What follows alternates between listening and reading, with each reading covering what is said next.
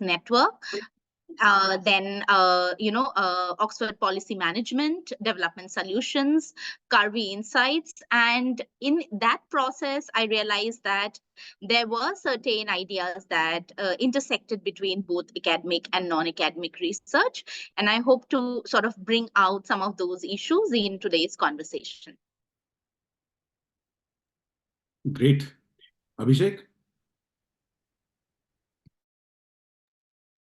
Hi, hello everyone. Thank you, Boom, for this wonderfully curated event, which gives us all a chance to talk and discuss things that we hold dear to us. I am Abhishek Saha. I have been a journalist for the last 7-8 years before taking a break and slightly trying my luck in academia. So as a journalist, I worked in Kashmir, as HR was saying. I covered Kashmir for the Hindustan Times, and then I came to Northeast India to cover the region for the Indian Express. I was born and raised in Guwahati, but then left to study engineering, and then again after a decade almost came back with the Indian Express job. So essentially, like kind of a shifting between this insider outsider thing, because growing up in Guwahati was quite a protected kind of a childhood where one is not kind of very much exposed to the socio-political questions of the region and issues.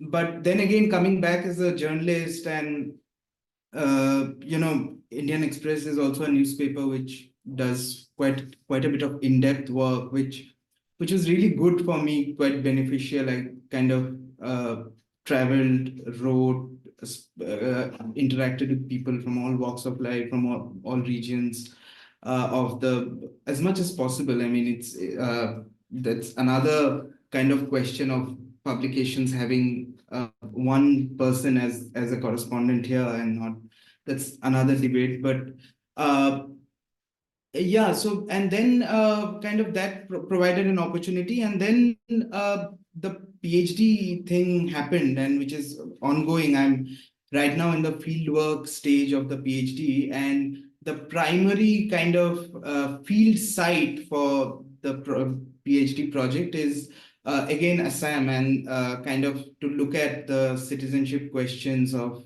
the NRC and the foreigner tribunals.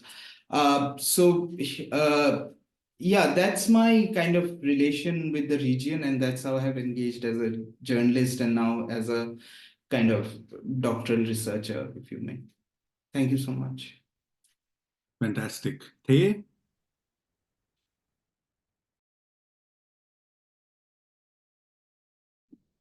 Hi, everyone.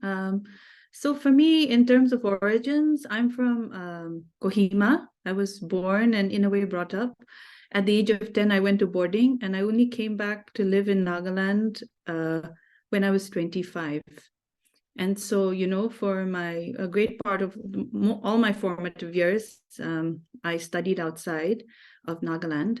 And in a sense, because of that, I think I developed a very sort of romanticized, ideal idea of what Nagaland was, what it meant to be Naga, etc. And then coming back to work and teach here at the age of 25 was a bit of a cultural shock for me.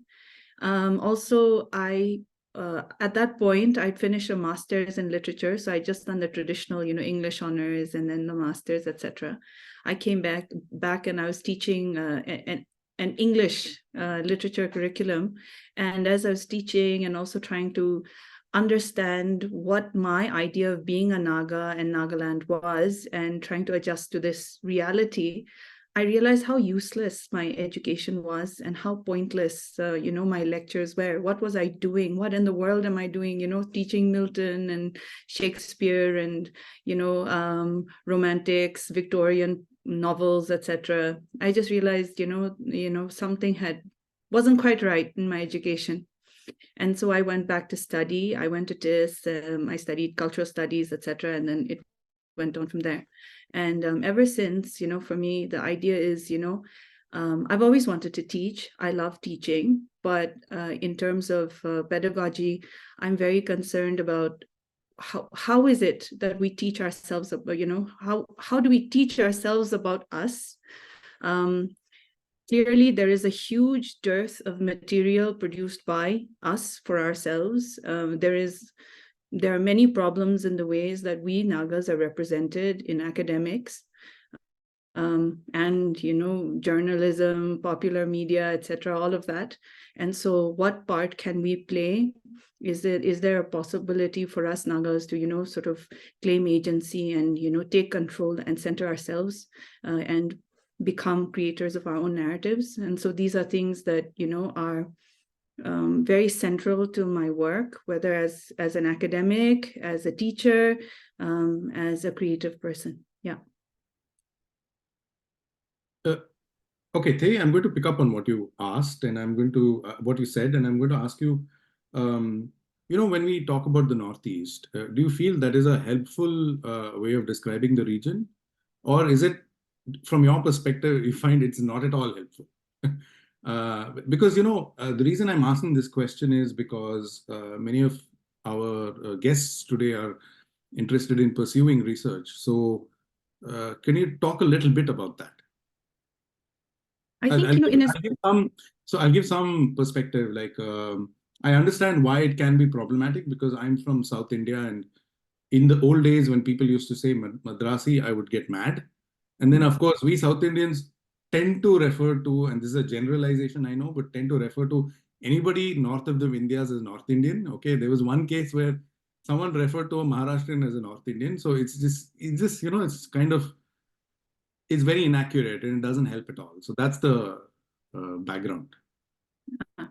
No, I think, in a sense, I think it is a necessary evil because, I think having some kind of locational referent helps, So even if I am from the Northeast, it is convenient also for me to say North Indian, South Indian, So I understand that part, but I think when it comes to things like academics or journalism, we need to be a little more careful. I think, just in regular conversation, I think it's okay. And I think very superficially, even in academics, as, just a point of entry or just for convenience, it's okay to say Northeast India. But beyond that, particularly for me, it's very, very important for us. I think in all of India, all of us, everyone in India, whether you're from North, South, Northeast, West, etc., we have such a wonderful diversity in this country. So I think as academics, there's a responsibility for us to, sort of really study and expose and sort of revel in that diversity. So when it comes to the Northeast, one thing you will notice in terms of what I've already done and what I do is I never try to speak for the Northeast, or I hardly ever, I'm very careful about speaking as somebody from the Northeast. I always like to challenge that category. When I speak as a Naga also, I'm very specific because even in Nagaland, we have many tribes. I'm half Angami and half Sami, and both of these tribes are, in terms of, let's say, access to education, in terms of, just the political location of our lands, the Angami and Sami lands in Nagaland also, just by, these are all accidents, by the way. We haven't deserved, or, it's not because of merit, but just because of accidents of history. Angami and Sami are more, what we say, forward tribes or more developed tribes. So even as a Naga, I'm very careful to speak only about my own tribes and my situations, because even within this very small state, Nagaland, we have, such, unbelievable disparities. So I think the responsible thing to do as researchers and academics is to, sort of dig into these specificities and make it visible, I think. And it's such a wonderful, enjoyable thing to do also. Okay. If anyone of the other panelists want to jump in here, go ahead. But in the meantime, I have a question for Abhishek. And I want to ask you about the difference between how a journalist would approach research and how an academic would approach research. And I want to prime Rituparna for the next question, which is, you're a sociologist. What is sociology? Is it a social science? How is a social science different from humanities? I think we are all very clear that our panel today, we don't have anyone from the field of science, but social science and humanities, what's the difference? So I'll come to both of you, starting with you, Abhishek. Thank you for the question. I think I'm sure there can be several points of the differences between journalistic and academic research. But in whatever I understand, I think from my experience, I'd say that in kind of it depends on the kind of opportunity that the person has at that moment to because if you are doing, say, if you are commissioned for a long form piece of journalistic reportage, you might end up doing, if you have that time and that kind of opportunity, that time and that scope, that you are not on a short deadline or something, then you have the scope to go much beyond what kind of a journalist working for a daily newspaper, for example, would be working on. So, for me, I have been, as I was saying, I've been a newspaper reporter for a long time, and the deadlines and the kind of the pressures and the deadlines are quite harsh. I mean, you are essentially writing for the next day's newspaper, or you are, or at max for the weekend edition of the paper. But for example, my doctoral project, it's say at least 3 to 4 years long, and it's a long time to engage, to engage on a subject, it's quite a privilege. I think if given an opportunity, it's quite a privilege to be given kind of the scope to go after a particular question or a particular set of research question for that period, and kind of investigate and explore and look at the dynamics of that question and try to answer that through your research. So I think I think there are differences, and there are also differences in kind of the goal, kind of you are writing for, and what kind of question you are trying to answer. I think that's one of the primary differences. And the other differences, of course, is, I think there are methodological differences. I mean, as a journalist, you might often say, for example, you get information through various means which will be lauded, like that reporter actually went after that person, and she came out with these pieces of information, and it's for the it's for the larger good of society. It's out in the press, and it might benefit people and society. But in academic research, I think there are ethical clearances, and there are methodological checks and balances that need to be taken care of, even as you start approaching your subject and your field. I think these are the. I think that's great. That's great. I mean, you started us off on the journey, speaking about methodology. Yeah. Before I come to you, Rituparna, I want to say we want to make this hour about you all, as in all the guests here. So please start your questions coming in the chat box. I will continue to ask questions of our panel, but I'm very keen to get you all into the conversation as early as possible, so that we can spend most of the time answering your questions. Okay, so it's over to you, Rituparna. Yeah, so that's an interesting question. As a sociologist, I mean, there are multiple things that make it a science or a social science. There's an entire history and a debate to it, but I'll just bring in one point. I think the unique selling point of sociology is that it distinguishes the commonsensical from the scientific. So what would look like very general knowledge to a lay person would look like empirical kind of knowledge to a sociologist. And I'll give a very small example. During the COVID-19 pandemic, when all of us were going through the lockdown, there was an abject feeling of helplessness and hopelessness.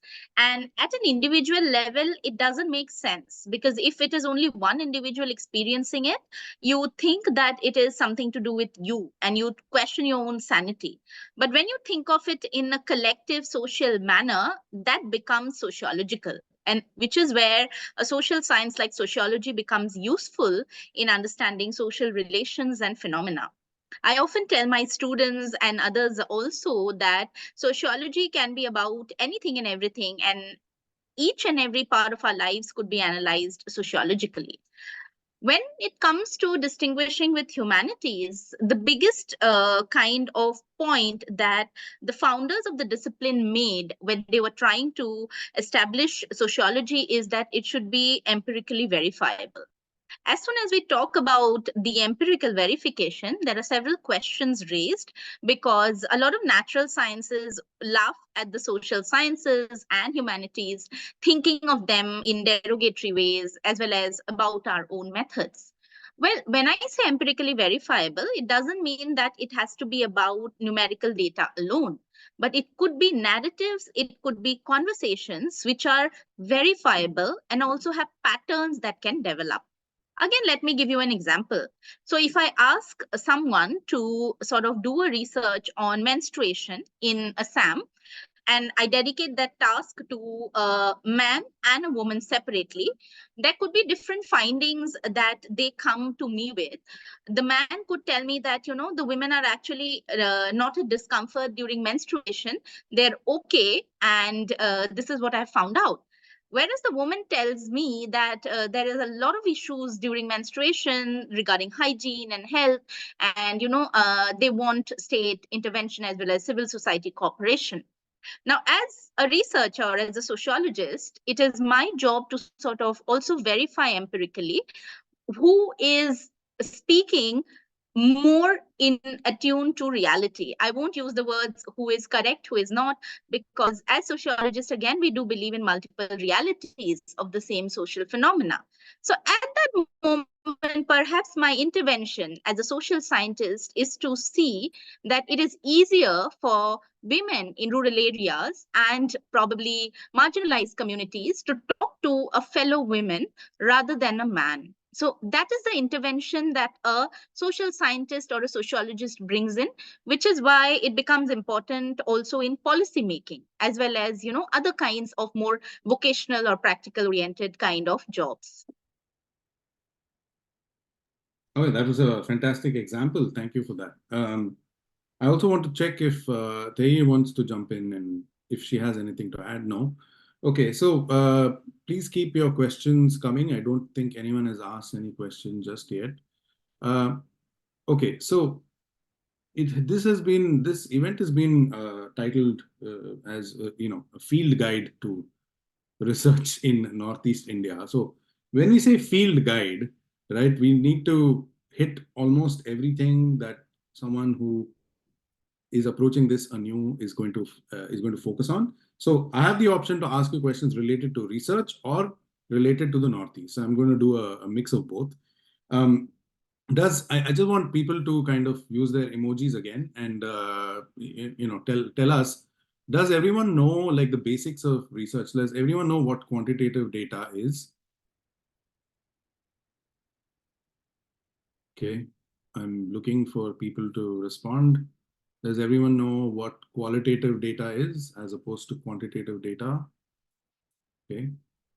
And I think, that's just the limit to my knowledge, right? There are other ways. There's ethnography, there's participant observation. There are so many ways of approaches to collecting research, right? So I'm going to ask that very basic question to all three of you.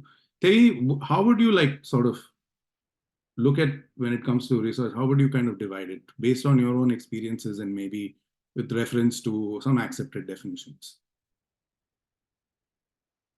When it comes to research? Yes. My area of training and expertise is only qualitative. So I can't really speak to quantitative research so much. okay? But I think when it comes to qualitative research, or maybe let's even include quantitative, I think, deciding on a frame of reference is very important. So even whether you are from the Northeast, or if you're not, even if you're not from the Northeast, I think, this idea of a very sort of decolonial, sensitive, how to say, informed research is the trend now, the responsible thing to do.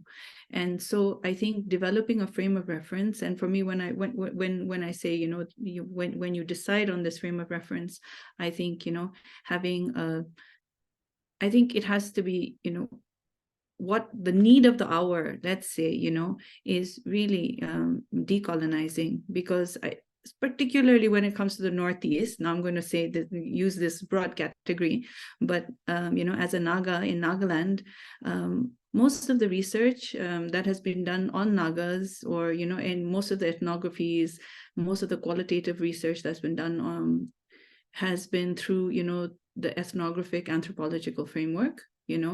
Even when we talk about pure science, things like let's say biology, zoology, etc.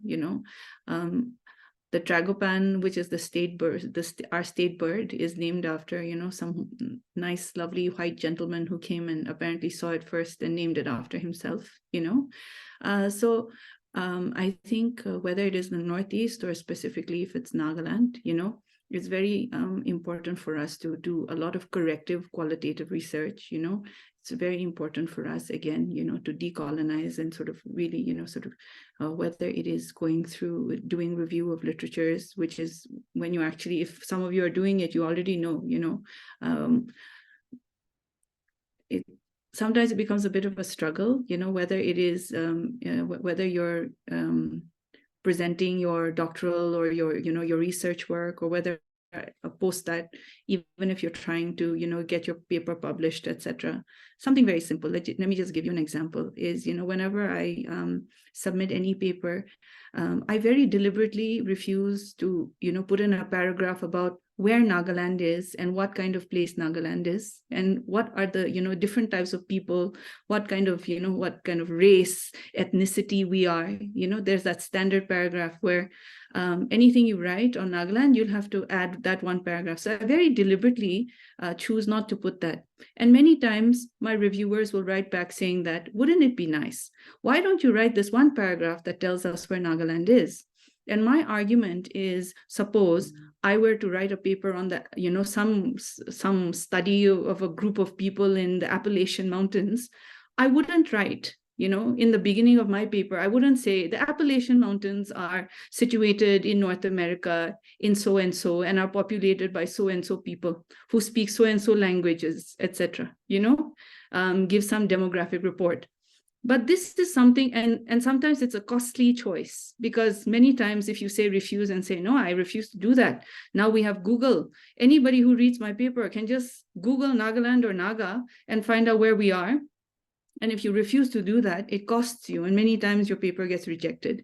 But, I think it's a price worth paying. And I think if more of us do it, and enough of us do it, perhaps reading about let's say, the Bodos in Nagaland, the Bodo population in Nagaland, you don't have to, preface some little introductory paragraph that, places your paper within the traditional anthropological or ethnographic paradigm, and, actually becomes a very sort of, a piece that is, how to say, subversive, but also, producing a different kind of, epistemological outlook. Right. I mean, you've given us quite a bit to kind of wrestle with. I'm going to take up a couple of things that you said and ask it to the other panelists. But I also want to ask, what are the mistakes that one must avoid when it comes to doing research, either doing research generically or doing research specifically in the Northeast? Perhaps if you don't have an idea, maybe you want to share a mistake you made and you corrected later on as well. So I'll either ask Abhishek or Rituparna to jump in at this point. And if you cannot think of what mistakes right now, maybe you can come back to that question. over the next, like, I think we have about 23 minutes or so. Maybe we can also ask, I can ask all three of you to sort of give us sources to start looking at in the Northeast, whether they are academic sources or whether you want us to look at certain books that have been written that you would recommend, or some films that we can watch that you would recommend, some writers to choose from, perhaps, to just start getting a better understanding. And Thay, I totally understand what you meant by, you don't add those sections, because often I notice when I meet people from other countries, they'll say they're from St. Louis, or they'll say they'll never say the state, they'll never say the country. But for a long time, I would say, I am from India. I would not say where I am from. So I deliberately started also saying I'm from Bangalore, which is where I'm from. So on and so forth. So Rituparna, you want to add something to that, or do you want to just kind of think about what are the mistakes you would like to avoid? And after that, I'm going to ask Abhishek, I'm going to put him on the spot, and I'm going to ask him, what did you do as a journalist that you would never do as a researcher? Okay. Yeah, so let me first very quickly answer this question about what research means to me. I would actually say that as budding researchers, anyone who is interested in doing a PhD or any kind of research should first ask themselves this question, that if they would be interested and also it would be possible for them to carry forward that research for a year or 2 years or 3 years. Because research is not something that you decided to do and then, you assume that it is going to just, be okay. It's a very tedious process that requires a lot of hard work, and it's nothing to do with intelligence at most points of time. It's actually a lot more about your dedication. So primarily ask yourself this question, that will you be able to stick to this topic for 3 years, for 2 years? And also, is there a possibility of it becoming an idea that can be written in a form of a thesis or a journal article or a book chapter or a policy report? I'm covering research of multiple kinds. So this is the first thing. The second is, in many cases, research is also about passion, about questions of pedagogy and rage. A lot of feminist research actually emerged out of rage because they saw that male researchers willingly ignored questions of gender in the field. And therefore, that was rage as a pedagogical tool. What, Thay was talking about in terms of who writes about the Nagas, who, represents them. Again, that's a question of rage as well, because, it's about willingly not looking at local histories and people. So when I think about the mistakes, I think that's a very good question. And I would draw from my own research and say that one of the fundamental mistakes I was making in my research was about adopting a linear approach. Now, what do I mean by that? This was at two levels, one at the level of the fieldwork, and the second is at the level of the writing. So I was looking at Mobile Theatre of Assam as my PhD project, and I went in with this impression that I'm going to find it as a voice of resistance to larger national, global, as well as, local ideas. And whenever I would not find those ideas that I had preconceived in my mind, I would try to, sort of ask questions from my respondents, deliberately prompting them to say something which would fit in my hypothesis. In qualitative research, this is something that we often debate, that whether we should have a hypothesis or not. But primarily what I mean is that the hypothesis is my research question. So this is a mistake that we can all avoid, because a lot of times if respondents are telling us things that we don't agree with or that don't align with our question, we can then reframe the question. And we should be all very, very flexible with that. The second, when I mentioned about the writing, I think with the Northeast, a lot of us have this assumption that because the works have not been done in English, the work has not been done. And that is a very wrong attitude to take to the field and the writing process, because we should immediately first think about vernacular languages and local languages. That has this work been done in those languages? So the question of language is very important, that you check libraries physically, not the digital medium alone or internet alone, because the medium is scarce in terms of representation of these vernaculars. So then you find a lot of material which opens a Pandora's box, and you can actually use them for your field research or your writing. The third mistake is also about, I think, writing and histories in general, that when one thinks about the Northeast, you have to look at three kinds of histories: colonial, post-colonial or the nationalist, and then local histories. So when you are doing your analysis historically or as a sociologist, you have to have an unbiased opinion. I think this one meme sort of went viral a few weeks ago, in which, the editor of the news network asked two journalists of his to go and see if it's raining outside. So one comes and says, "Sir, it's not raining." The other comes back and says, "Sir, it's raining." And the editor says, "Okay, then what is the result?" So they are clueless. And then, the meme goes to this conclusion that the job of a good researcher or a journalist or an editor is to go outside and do a fact check if it's actually raining or not. So as a researcher, when you're reading those histories, you have to see whether or not they make sense. It's not about big names, about who writes in English. So this is one thing. Last point, a lot of concepts and theories need to be adapted to the local context. And this is a mistake that most of us make, that we get obsessed with the concept that I'm going to use Bourdieu's habitus, or I will use the term hybridity, without understanding the context and the social cultural idea of a plane that you're working on. Perhaps caste, as it makes sense in the rest of India, doesn't work in the context of Assam. So what do? You look at its intersections, you look at the way it can be adapted to the local context. So theoretically, conceptually, methodologically, it is the context that should guide our questions. And it's also a mistake that we often make, that we pre-assume the use of ideas and concepts instead of letting the field sort of guide them. And in the Northeast, it's very important, because a lot of these social sciences are heavily dominated by, let's say, East Indians, Bengalis, particularly, Bengali upper caste writings, and also North Indian and South Indian writings. So how do you use those concepts in this particular context? Yeah, I'll just stop at that. Okay, that's quite a list for us to kind of look at. That was very helpful as well. Maybe I'll come back to you to ask you to clarify a couple of points you made. Sure. And I was also going to ask you all a question about how, does it make sense to use categories of race, caste, gender, religion, sexuality, region, language, so on and so forth when it comes to your specific contexts. And I'll also maybe ask you a little bit about your own research right now. But Abhishek, that question, what would you do? What have you done as a journalist that you would never do as a researcher?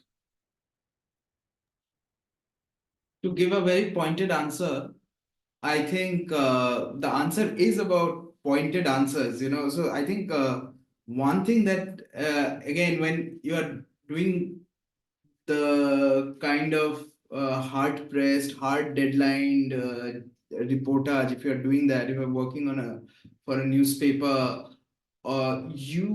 lot of conversations, if I retrospect, I see that a lot of conversations with people were about this yes or no, or about this kind of, the techniques of interviewing. I find that it was very different from the kind of interviews that I'm doing now, and the kind of time and the kind of engagement that I'm giving to my interviewees now, which is something I couldn't afford as a newspaper reporter. So I think that's one of the first things which is very different, I have found, at least now, as of now. Yeah, thanks. Great. That makes a lot of sense.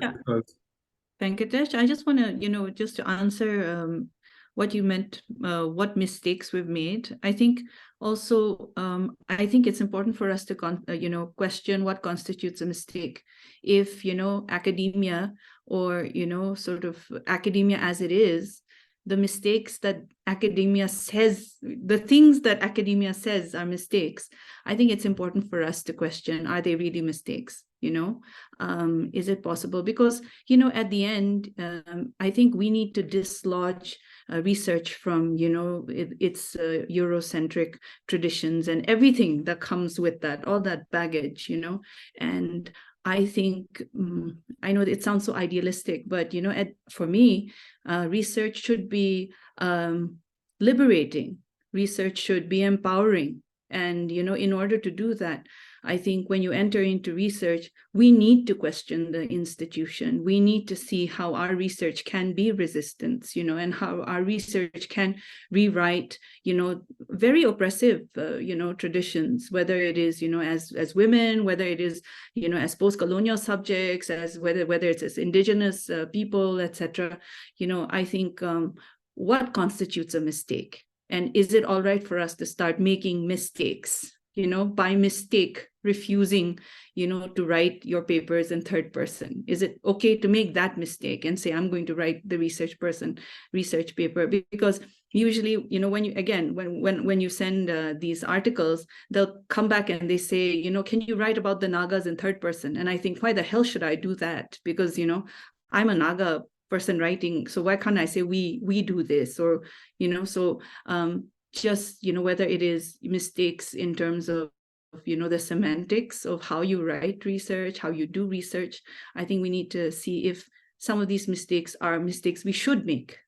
Yeah, it's an interesting point. And, that's a problem that plagues journalism as well. Journalism, they say, should be in the third person. And I completely disagree, because I think by the very fact of you doing that journalism, you're changing the narrative. So how can you not put yourself in there? And I was very happy to see that when I was going through Abhishek's book on reporting the Northeast, he started with his own story. So I was really happy to see that. Okay, so where are we at now? We're about 50 minutes into the conversation, and a bunch of people have decided that they will not ask any questions. We have had one question, which I'll come to in a second. So that usually means that A, we're boring everybody, or B, that we're keeping them entranced by the quality of our conversation. I prefer to think it's the latter, but hopefully, if there's no, I want to say, there really is no such thing as a bad question or as a stupid question. Okay, because if you're feeling hesitant to ask, thinking we're going to judge you for your question, nobody's going to judge you for your question right now. Okay, none of us, none of our guests. So please ask away your question. And I, on behalf of everyone, I'm going to ask you a very basic question.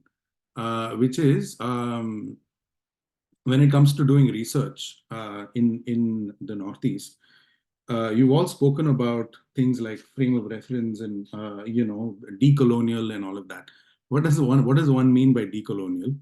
And what happens when you decolonize yourself, but there is nothing to fill up that vacuum? What do you put back inside?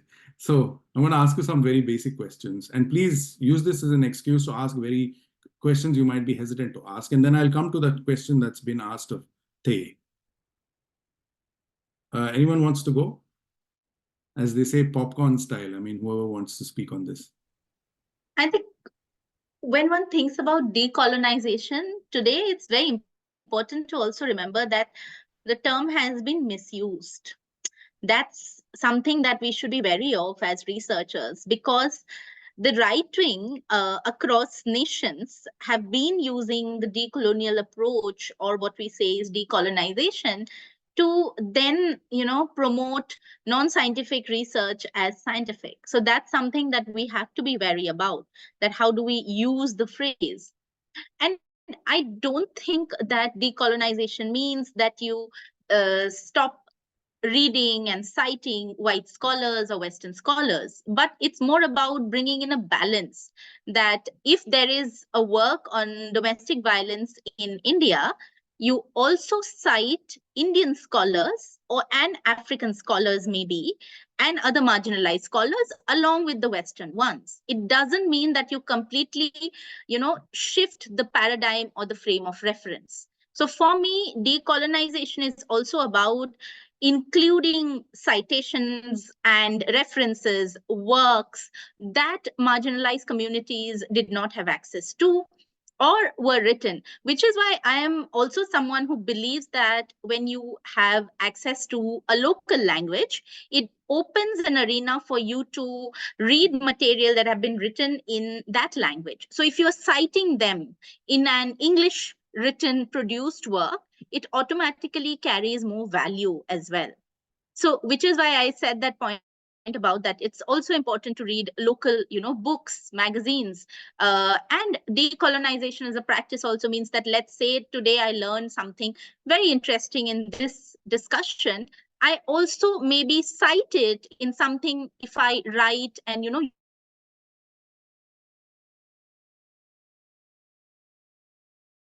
use that material.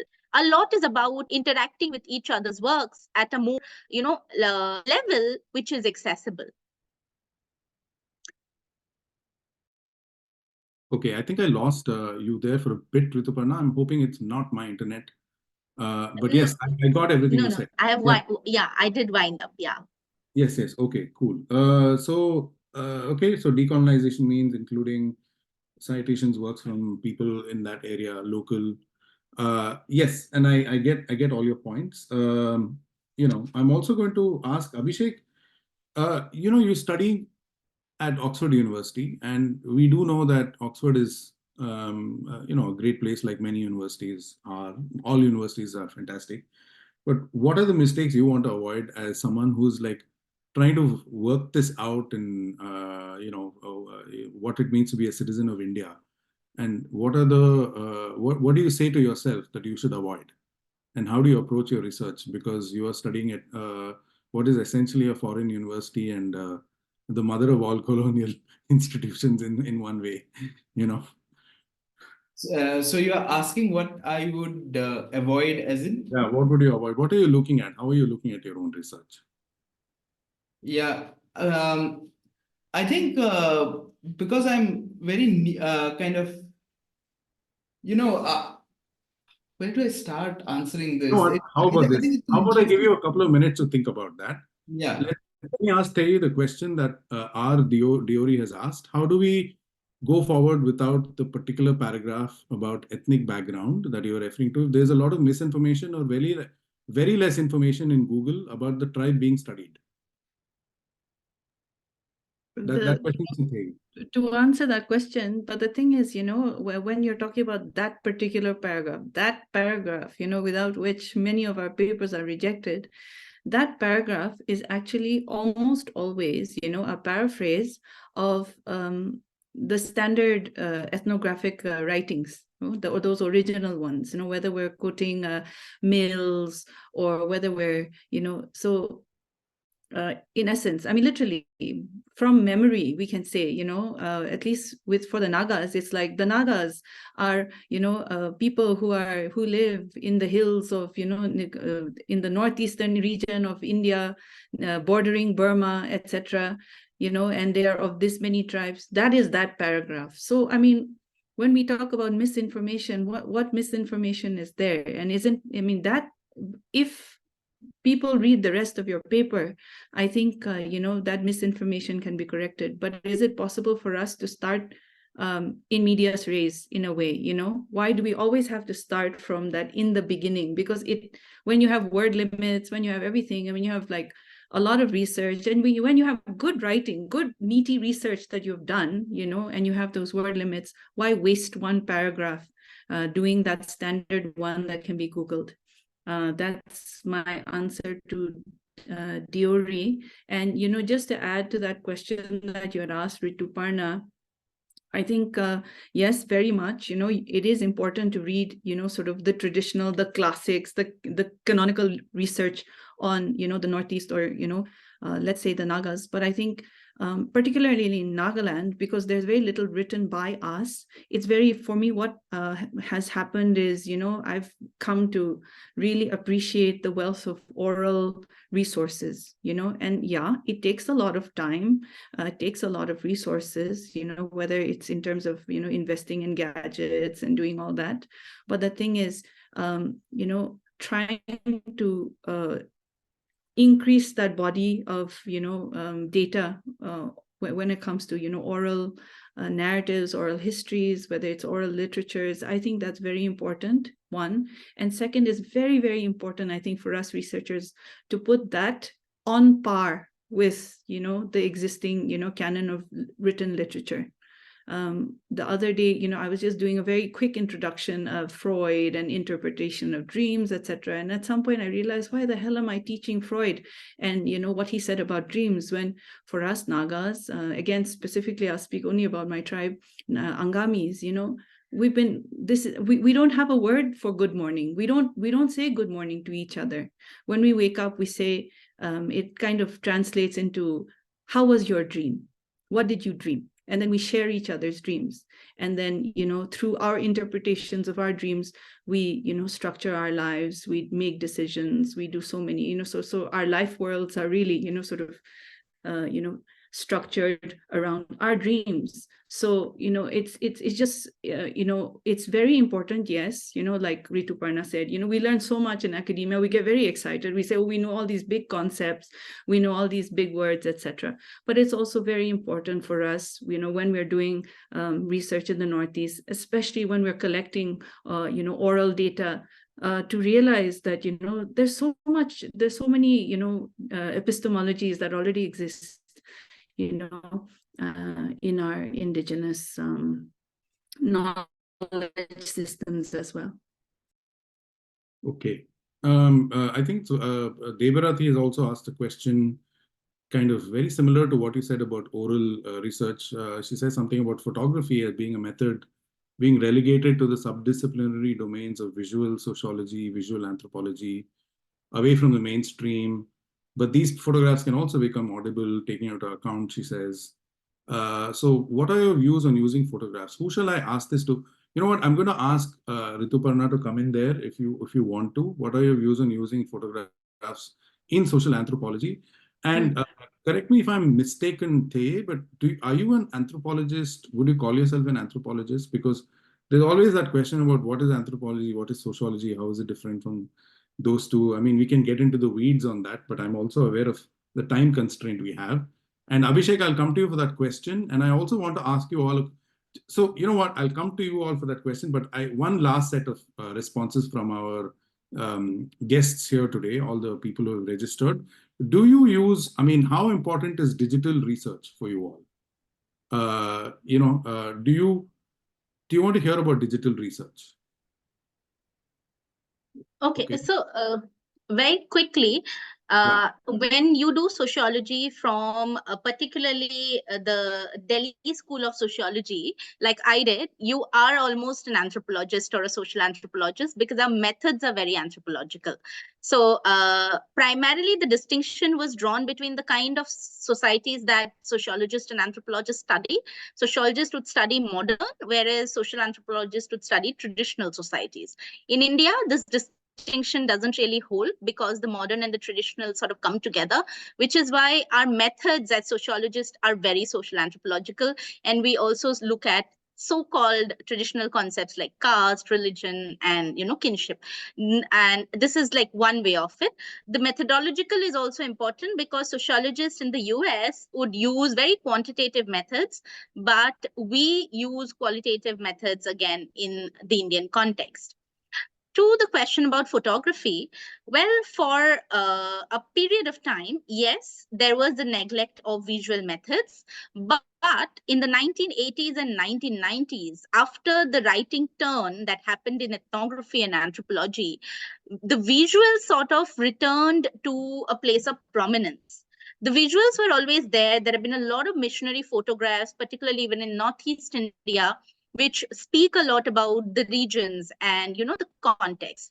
So, but because of the power of the written word, the visual has been sort of relegated to the secondary for some time. And this is also something where, the tradition of participant observation and ethnography, in the way that Malinowski sort of began and others carried on, played a role.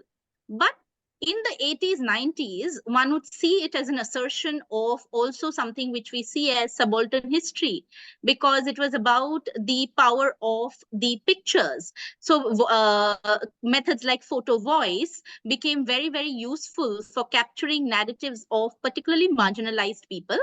And today, in fact, there is a lot on visual anthropology, visual sociology. There are separate research committees and institutional support groups that help with visual methods. A lot of people are doing their PhDs on, visual methods, photography. I know 2 of them in sociology in the last 2 years itself. So if you have a research idea that uses photographs, I would say, just go for it. I would very well encourage it. The other about digital research, and I would just add 2 sentences here. I think for all of us, it has become so important. And when you began my introduction, you said I was one of the co-founders of Doing Sociology. This is where Doing Sociology came in 2020, because we felt the need for a digital platform that brought correct, verified sociological knowledge to young people who were using a lot of the internet but had no access to verified academic, kind of websites. And we thought that this would fill the gap. So I think that digital research is very important to all of us, and particularly with the pandemic, we saw that it's a part of our lives. So yes, we need verifiable sources and, starting points. Okay. So we have about 10 minutes at the most, right? So we have 2 questions from Pragya P and Pema Thongdok. I'm going to ask you, Ritu and Rituparna and They, to look at these questions while I bring in Abhishek. Abhishek, the last we spoke about, how you're navigating the fact that you're at Oxford. But if you don't want to talk about that, and there's something you wanted to talk about and you don't want it to be missed, please go for it now, because I think we'll begin, wrapping up this conversation. Yeah, no, thanks. I think just to take from your question and answer, it's not about, I don't think it's about being Oxford or being at anywhere else, but to add my brief points to what was being discussed over the last few minutes, is that I think both Rituparna and Thei, I think the points that they mentioned are, I think they're academics with far larger experience than me. And I think the points that they have summed up are all very crucial, and they are kind of points that I think young researchers or aspiring writers, journalists, everyone should like kind of really engage with. Like say for example, points about representation. This is something which I feel quite strongly about, that when you are I think talking about the Northeast, and you are I think in many discussions that I have been part of, it's still it comes to the fore that, of course, feminist writings, Dalit writings, writings from marginalized sections should come to the fore. But often, when you are talking about the Northeast, I do find that there is these kind of representational questions, that whose voice we are hearing, who is it that has written this particular thing, and from what point of view that is coming actually. I think not much of an inquiry goes into those kind of questions.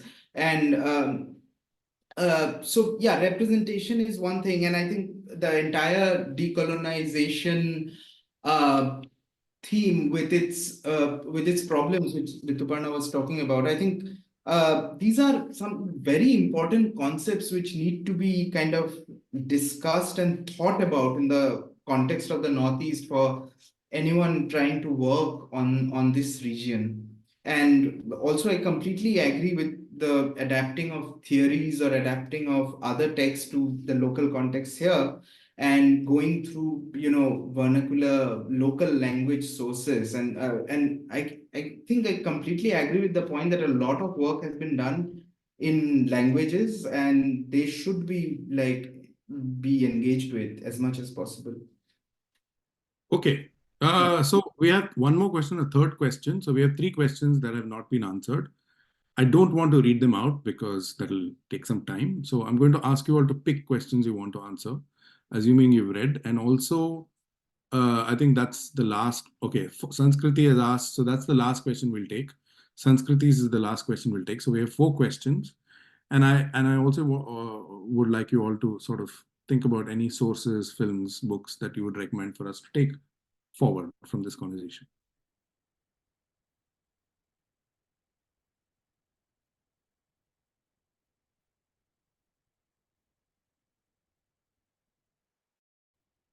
Thay, do you want to start?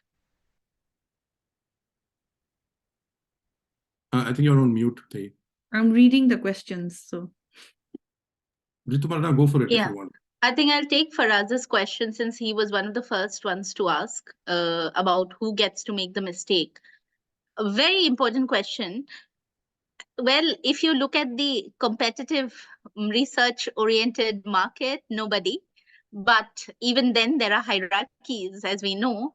And it is primarily people who probably are already established, who has the luxury to make mistakes because they can still write retraction pieces, reflection pieces, and correct their mistakes if I'm adopting a very linear kind of approach. Otherwise, when you are a PhD student, if you have 4 years, you have the luxury of making mistakes and learning from them as well. So when we make mistakes, it's completely okay because they are part of the research process.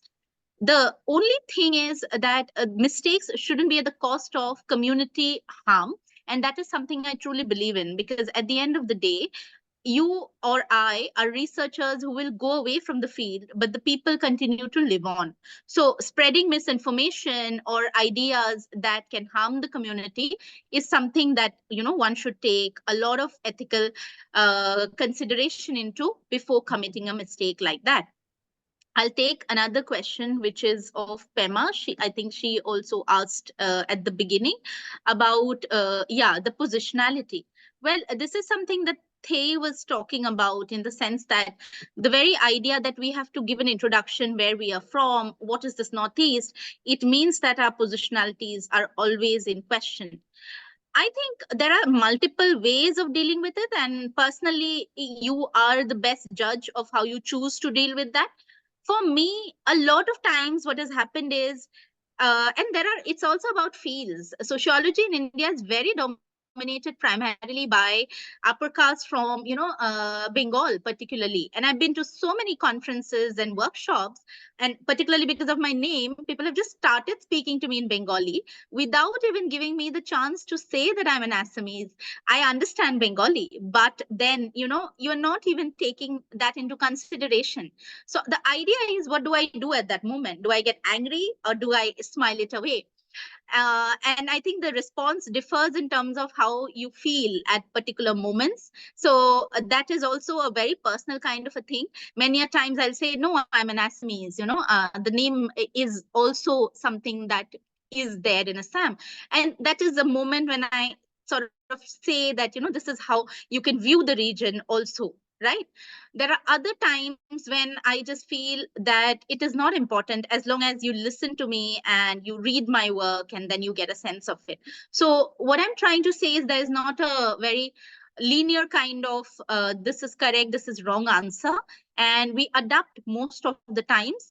However, there's also a power dynamic here. As you become more established as a scholar, as a researcher, you can still take decisions where you say, I don't want to do this. I don't want to listen to this reviewer. But when you are an early career researcher writing your first paper, and probably your acceptance is hanging in the balance on this idea whether or not you use these accepted terms, I realize that it is difficult to make these very revolutionary claims as well. So a lot of it is about where you are in the position of academia as well, I think.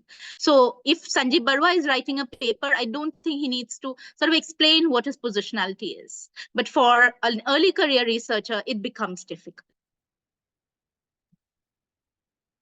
Okay. Thea, do you want to take the other two questions? I just I want. apologize, I missed the question by Faraz completely, but I'm glad you picked it up, Rituparna.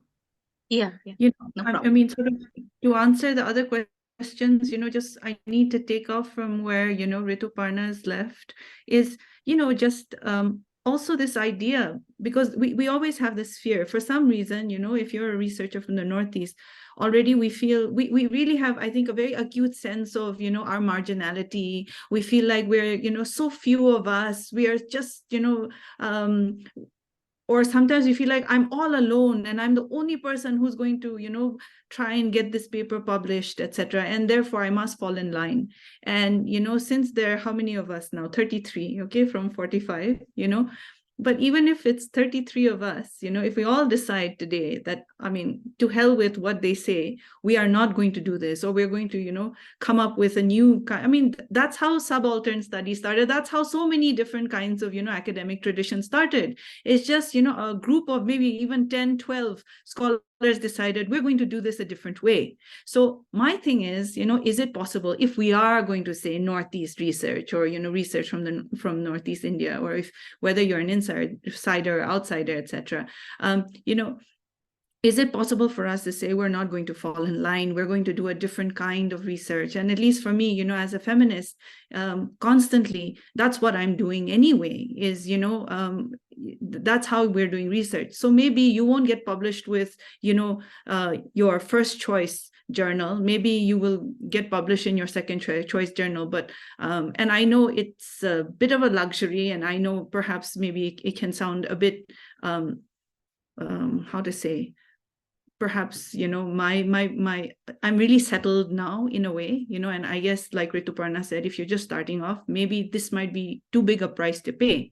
But the thing is it possible for, just a few of us to agree that we're going to try doing a different kind of research?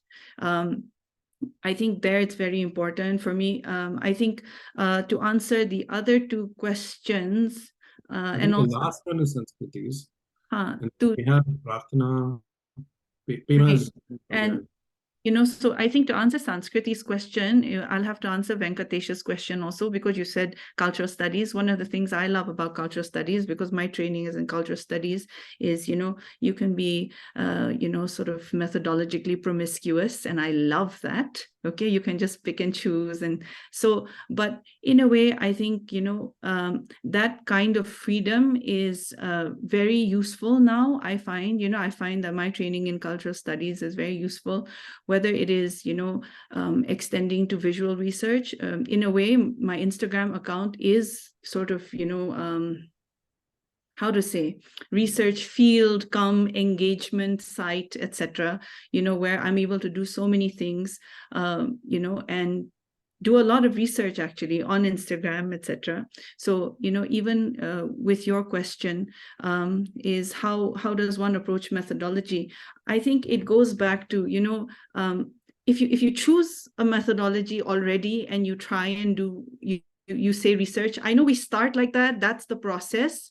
But the thing is, I think at some point we need to realize that, we are the ones who are doing research. And as we go to the field, as we look at our context, sometimes we have to develop our own methodologies, and again, these are risky things, but I think, at the end, I think we have to decide, do you just want, your standard PhD and be done with it? Or do you really want to really do research? And I think if you really want to produce original work and you want to do research, sometimes it might involve, standing up to traditions. It might involve, rewriting or doing things against the grain. Great. I mean, this has been immense and fantastic and really eye-opening for me. I hope it's been the same for many of you, the 33 who are here. Can you just wrap up very quickly with recommendations of books, films, scholarly research, whoever you're, that kind of thing. And then those of you who need to go, you can go, and then we will make our announcements at the end of that. So can I start with Abhishek, then Rituparna, and then Thay? And if you have anything that you haven't said, please use that as the space to say as well. No, I think kind of the points that I had in mind as I was saying earlier, I think all those points have already been discussed, and I think it's difficult to recommend readings and because I think it kind of distills down to the researcher's particular kind of domain and particular interest. It's I think it's very difficult to in general recommend sources, like for example, someone had mentioned in the chat section about pre-colonial history, and so obviously like Edward Gate or someone. But again, it's difficult to in general recommend like stuff to read on Northeast. I think that's I think once people Yes, what would you read? Let's know a little more about you, and we'll what keep will I read? about it, and we'll come back to you. So Rituparna and Thay. Yeah. So very quickly, I agree with Thay said about, the new methods and all. And I actually, I know that senior people are not listening, but would urge a lot of senior researchers in academia and from the Northeast to actually begin that decolonial movement and movement to help people, particularly younger researchers and scholars who are not yet settled, so-called, because, they have the power to bring that change about.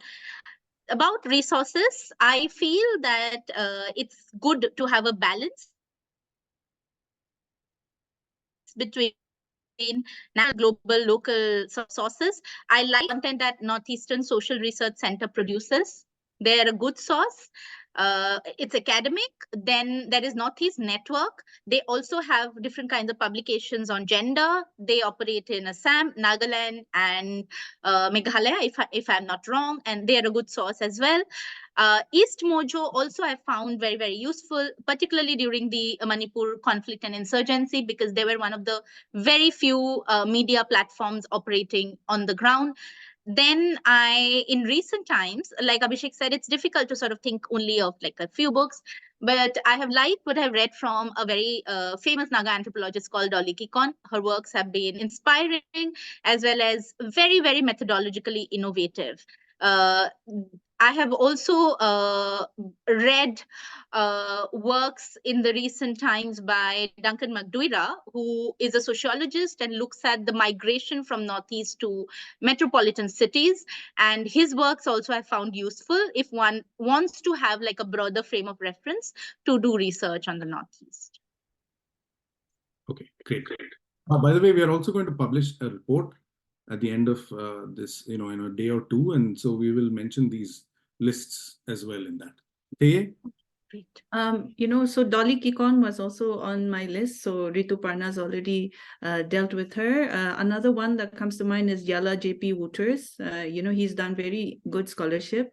And not just because I'm on the board of trustees, and this is not like some partial thing, but, the Highland Institute also has, done interesting research.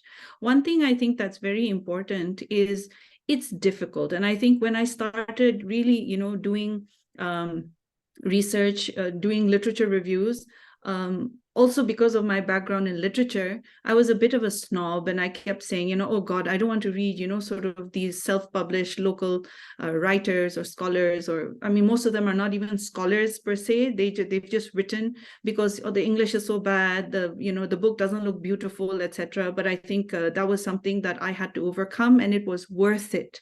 It is worth it because I think part of decolonizing is also saying that I will sort of rethink my idea of what is good writing, what is good English, and sort of really look past sort of questions of style, things, standards of grammar, etc., and look past and really look at what is the essence of what these people are trying to say in a language that is actually not even their first language, you know.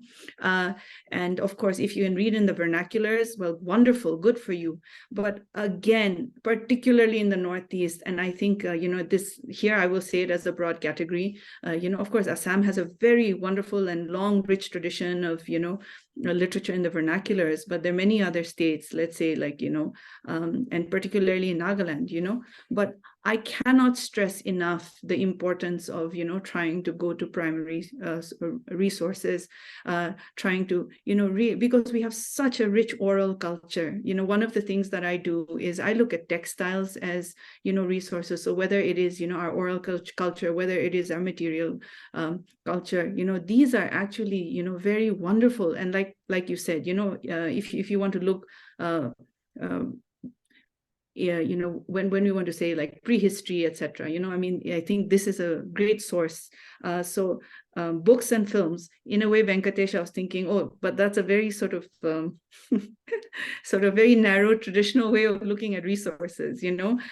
So when it comes to especially the Northeast and Nagaland oral resources, I think this is something that, you know, and it's win-win, because as we access these resources, we're also hopefully, you know, we will be able to build that body of that transfer. We will be able to do that transfer.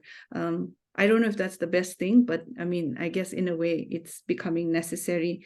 The other thing is, I think for us, using now, because of, you know, what we have in terms of, you know, digital technology, I think with these developments, we are able to sort of, we've come to this era of a new kind of orality, and that's something that, you know, now there's so many wonderful resources on YouTube, you know, videos, interviews, narratives. So I think it's a great way for us to, you know, access these.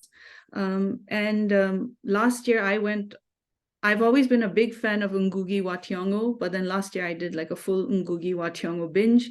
And for me, I think the latest thing that I read, I think 3 days ago, is he's actually questioning this, the category of tribe. And, you know, when I saw that, I thought, oh, dear God, now how am I going to unlearn, you know, saying this word tribe, you know? And he just, so, I mean, so many interesting things. So for me, I think, particularly if you're doing something for the Northeast, I think, you know, reading Ngugi wa Thiong'o is, it's life-changing. So I think, yeah. Okay, that's fantastic. Vandana has asked, can we type all the names of the scholars, writers? I'll tell you what, we'll send all of these resources in that follow-up email.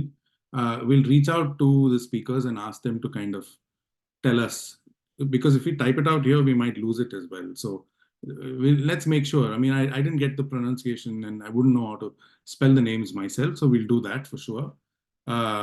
Okay, so Abhishek, do you have something to say, or shall we wrap this up and go to our announcements? Just to answer your last question, I mean, if you ask me what I have been reading related to my fieldwork right now, is that there is this Department of Historical and Antiquarian Studies, Government of Assam, and they publish lot of kind of books, small books, which are like quite old actually. There are both Assamese and English publications. I think that's a good resource to look into, the publications by this particular department of the government.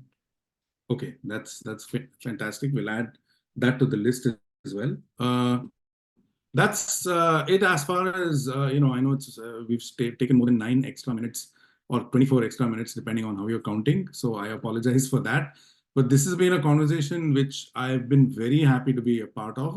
You know, I have this impulse to ask you all to speak, continue speaking, and just listen for some more time. And hopefully we can make that happen again, because we're doing this Northeast Facts Network.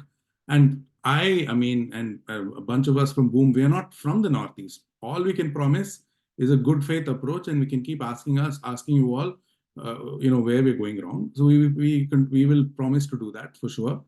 And, you know, we'll try and reconvene a conversation, or maybe a slightly different conversation, but I really want to continue hearing from you all. I think many of those here have been, feel the same as well. So thank you for that. And if those of you need to go right now, please you can say goodbye to us. And we just have about 5 minutes of announcements to make to wrap things up. But yeah, it's been immense. Thank you to all three guests. Thank you so much, Venkatesh, and thank you to Boom as well. Thank you to all the participants, those who asked questions, and even those who didn't, but listened patiently.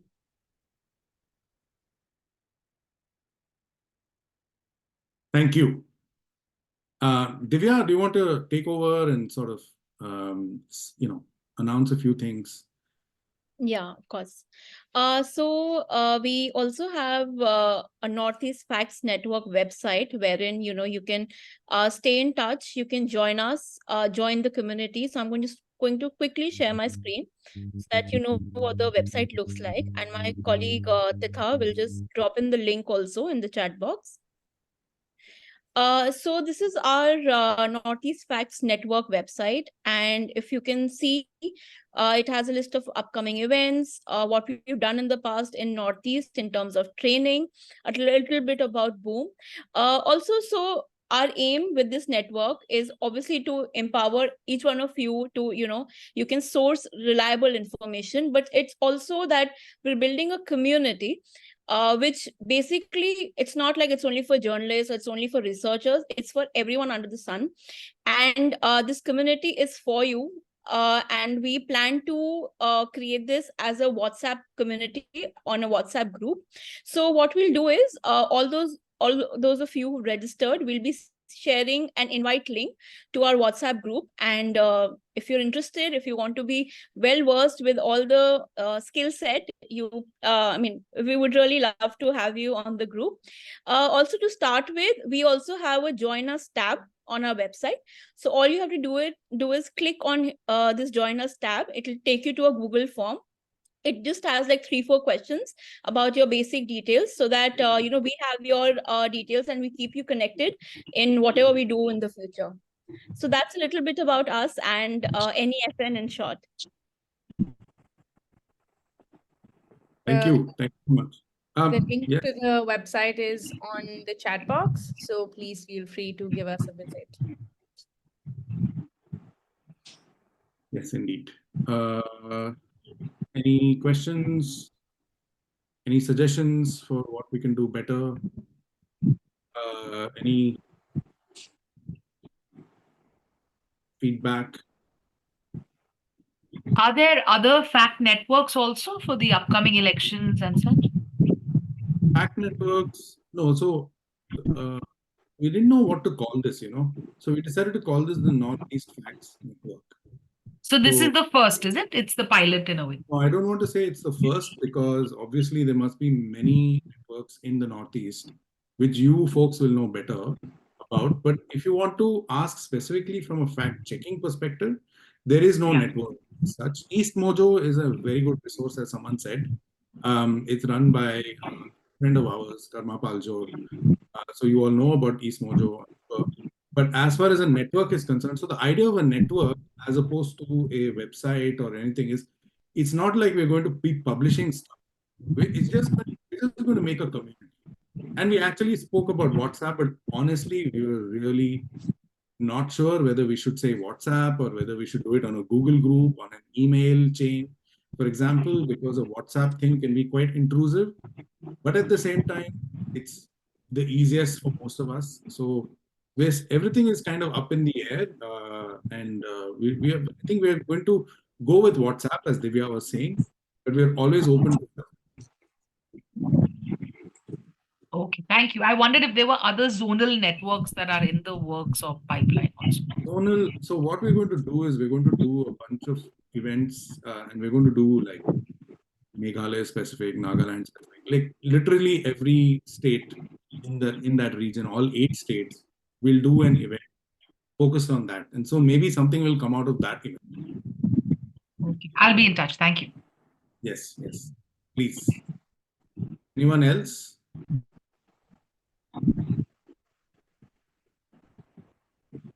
Okay, I think we can say goodbye and thank you so much.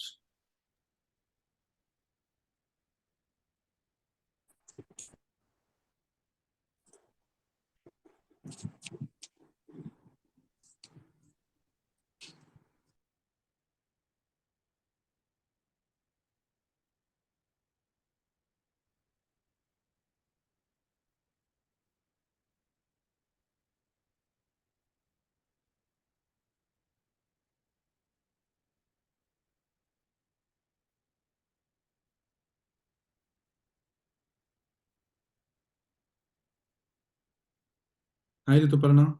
Are you still around? Maybe we should just like close it on her behalf. No, Divya? I've done. Okay. Stop recording, Titha. Yes, yes.